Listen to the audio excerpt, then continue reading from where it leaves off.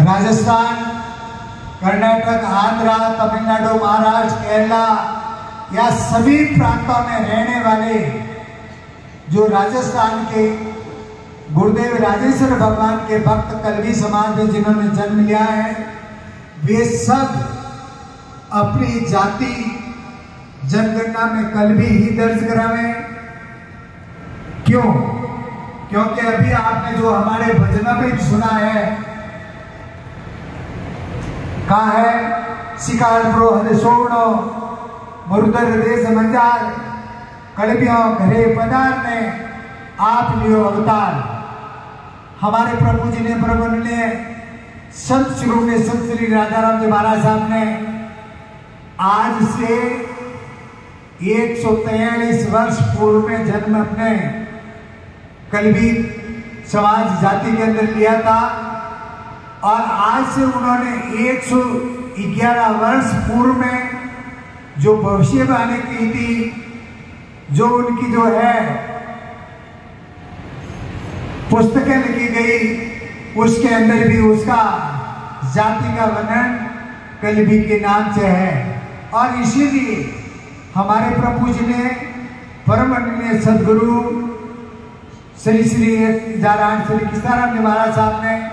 अपने जीवन काल में हमारे पूरे कलवी समाज को राजस्थान के अंदर ओबीसी के अंदर कलवी के नाम से दर्ज कराया था, जिसका लाभ आप सब भक्तों ने प्रथम लाभ जब लिया था तब आपको पता होगा कलवी के माध्यम से हमारे जो बाड़मेर का जो जिला प्रमुख कलवी था और कलवी के कोटे से आया था, ओबीसी के माध्यम से आया था। आपने देखा होगा हमारे जो है जालोर के अंदर जो जिला प्रमुख थे ठाकरा राम जी, वो भी हमारे कलवी जाट यानी कलवी जो है हमारे इस ओबीसी का नाम हमें प्राप्त हुआ था।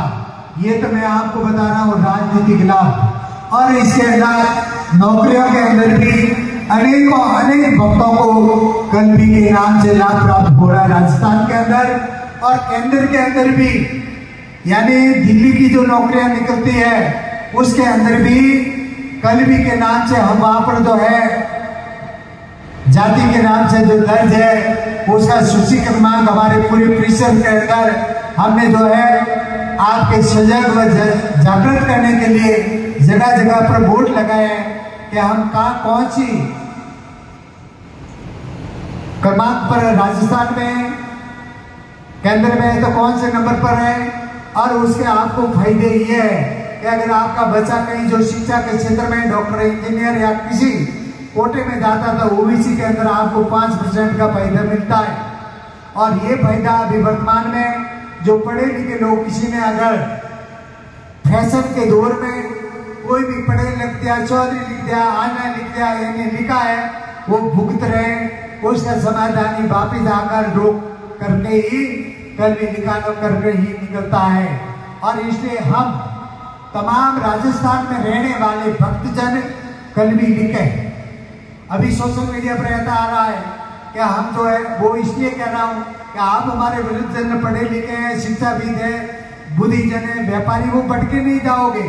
पर नौजवान जो है कच्ची उम्र का बालक ये सोचता है कि हम हमारे जो पूरे समाज को पूरे भारतवर्ष के अंदर एक रूप के अंदर एक जनसंख्या के बल को दिखावे।